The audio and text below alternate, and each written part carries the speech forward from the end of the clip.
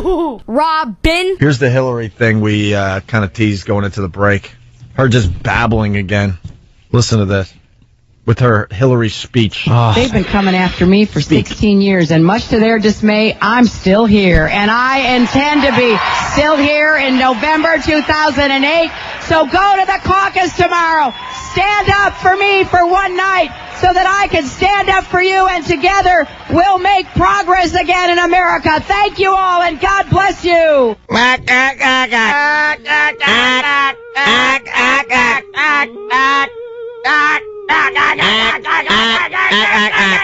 I want to see that music play and have her head explode. Just watch her head explode when Slim Whitman plays. I am distracting you by the way I speak. How can I'm not saying anything up here. Exactly. How could anyone listen to that and feel any sincerity in what she says? It's political. It's oldie-time politician cadence. She galvanizes you into making a nice warm bath and opening your wrist into it. Yeah. What a zilch. I hate And we are going to go ahead and win the caucus. So I can stand up for you. America. It's been 16 years. Shut up. It's time for a change. Oh, enough of her. A change. Like a big change. What? And you're just talking, the only change would be a vagina replacing a penis. That's pretty much it. Yeah. Because everything else will remain the same. She'll just be some dopey politician in there. You can tell by the way she talks. She's been raised to be a politician. Her whole life has been just... Wouldn't that be a good thing, though? What? I don't think so. I hate them all, to be honest. It's not going to be anything new. Like, she's talking about this new thing. What new? Okay. A vagina. That's the only new thing she's offering the White House. That could be fun to watch, though. Yeah. Yeah. You could tell when she's on her you-know-what. If she still gets her you-know-what. Probably not. Please. That thing just pruned up years ago, I'm sure. Just barren. She wakes up and there's a tumbleweed in the bed. She says, oh, my friend is here. What happened?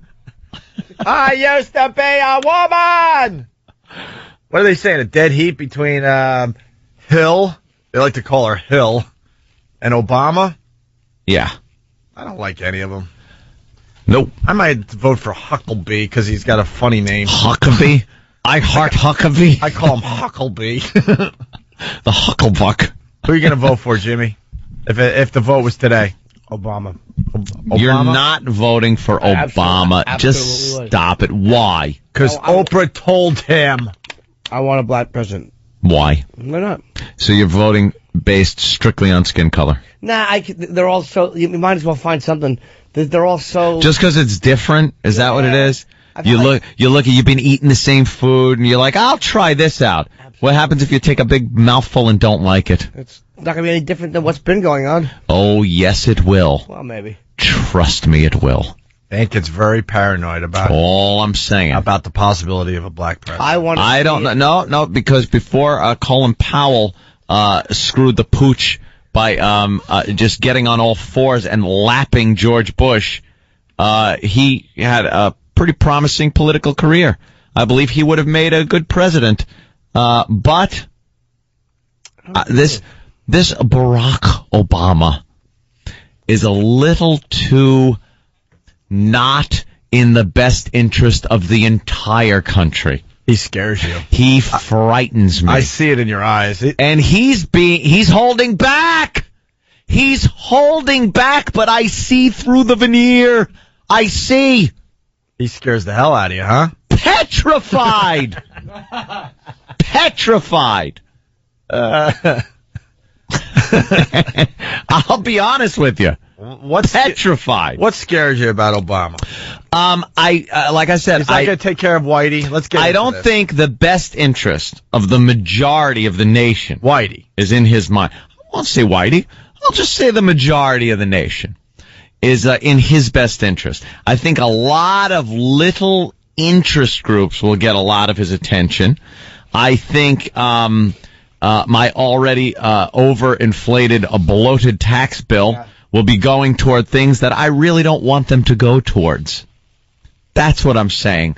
And I think it'll be even more so. I think we'll really get the hell taxed out of us. And that wife of his. Oh, boy. If I could use the word, I would. Not that word. Not that word. I use that in the privacy of my own home and car. But I'm talking, she's a little too involved. Little too involved. In what way? I think she has a lot of influence over him. I think he's pee-whipped. I honestly think he is. You're insane. And she's got some wacky ideas. Like what? Well, again, I don't think the majority of this country is really in their agenda. But is the majority of the country and any real politician's agenda like? And I don't Yes. think the Republicans are just for the rich, but it's like Bush. You know, I don't think he's for the majority of Americans. I think he's for a small percentage of Americans too. I mean, they all kind of are.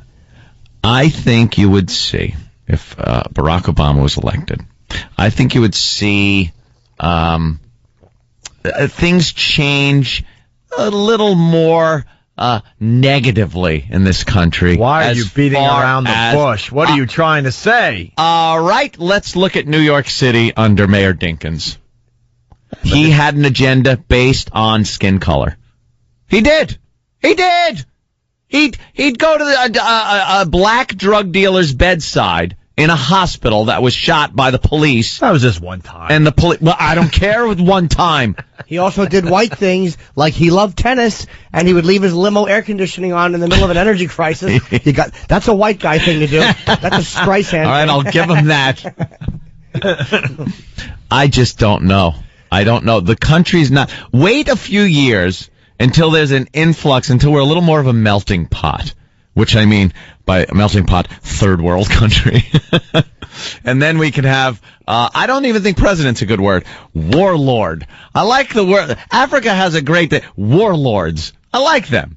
They go around with machetes. Someone disagrees. They get hacked apart. You want us to elect a warlord? A warlord. But I don't think America's ready for a warlord yet. I think we need more people to be so politically correct that we keep this influx of people coming into this country that really probably don't contribute that much. Mm-hmm. They don't assimilate to our society.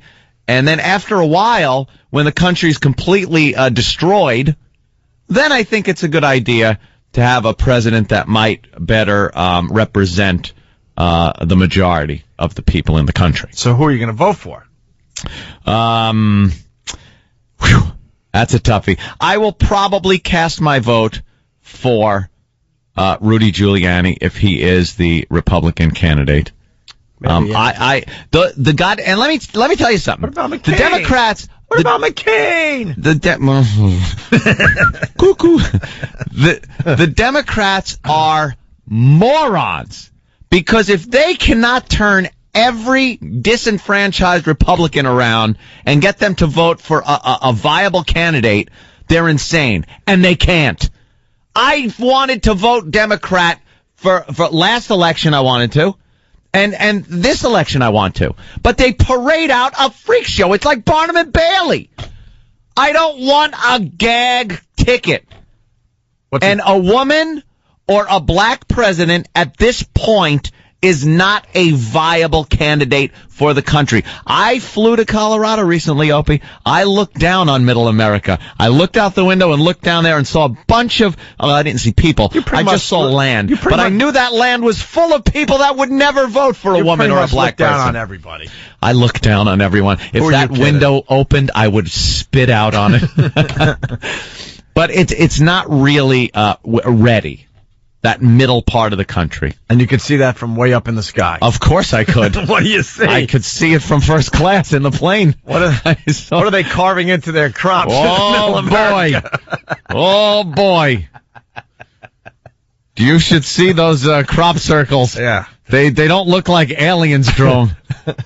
Aliens don't know the letter N. It's just America's not ready. So if either Hillary or Obama get the nod from the Democrats to run, you will see another Republican president. You will. Giuliani sucks. Giuliani does suck. He's got a lot of skeletons in his closet. He's made a lot of bad decisions. But his health is questionable. You don't know why. Why the hell was he in the hospital? No one knows. He was in the hospital. They kept him there. They couldn't even fly him. He's on the plane. They couldn't fly him back to New York, where the best hospitals are. They had to leave him in some podunk little hospital somewhere, so he could come out and smile and wave and walk to his limo. Something was going on there. Does it bother you? He's still kind of doing the whole 9/11 thing during the campaign. Everyone else is using it for some reason or another. So, I mean, why shouldn't he? He's the only one, though, that I think should be using it. I mean, people do forget pretty quickly, but he was, right there. The guy was right there. He kind of was the guy that everyone looked towards for guidance in what to do. He distributed resources like a leader, like a true leader. He was able to do that. But he wasn't a popular figure. September 10th, everyone hated him. Right, exactly. September 11th, he was America's mayor. Hey, he made the city better, though. The little quality of life. He did. Quality of life stuff. Crazy. What about Bloomberg? I like Bloomberg a lot. Supposedly he might enter the race as I'd love to see him as win. a third-party candidate there. He's on got the his own money. third-party ticket. He's got his own money. He doesn't need special interest money. He does have his own money. I like that. I would love to vote for him in a second, Bloomberg. I like his little wimpy voice, and he's kind of androgynous. He does. He really doesn't care what he says either. No, I could care less. He's a billionaire. He's a billionaire, yeah. He's too short to be president. Yeah, it's still about looks? Yeah. Because then Giuliani ain't got a shot in hell. Nah. When was the last time we had a president without a head of hair? Kennedy. Who was the last? Oh, Jesus. Right at the end. At the end of Kennedy's term. Jeez. One bad haircut and it's all over. Wow. But it's true. When was the last president that didn't have a full head of hair? You kind of have to look good to be president. You got to go back to the big top hat days. Who was the last mess to be president? Richard Nixon? The last mess, probably. You could consider Nixon a mess. Yeah, the wacky nose and the receding hairline, and he sweat a lot on live TV. Gerald Ford kind of had something going on there, but he wasn't elected. So Ford, he was all right. But he wasn't elected. But he was all right. Reagan had the looks. Reagan had the Ford big looked like he was an old dog duty hairdo. Ford has that he's an old jock, just older. You know what I mean? He looked all right. But people didn't have to vote for him. That's what I'm saying. Like people want to vote for someone who's more attractive. How did he get in? How did he get in? Yeah. Spiro Agnew had a little problems with the IRS and various things and had to bug out. And then Nixon got and he took over as vice president, and then Nixon had a little problem with Watergate and thrown out, and then all of a sudden, hey, I'm president and I wasn't even elected. Hey, this is what we're gonna do. We have to take a break. We're real late here.